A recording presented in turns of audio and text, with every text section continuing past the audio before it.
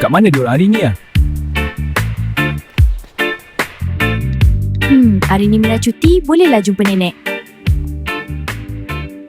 Terima kasih. Nanti datang lagi ya, sis. Baik, terima kasih juga. Sama-sama. Hello, abang. Hari ni free ke? Teman Siti boleh?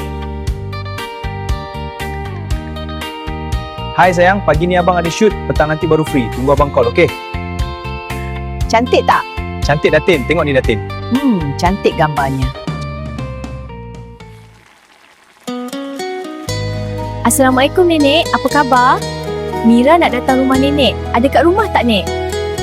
Ya Mira ada. Mehlah datang. Lama betul tak jumpa Mira.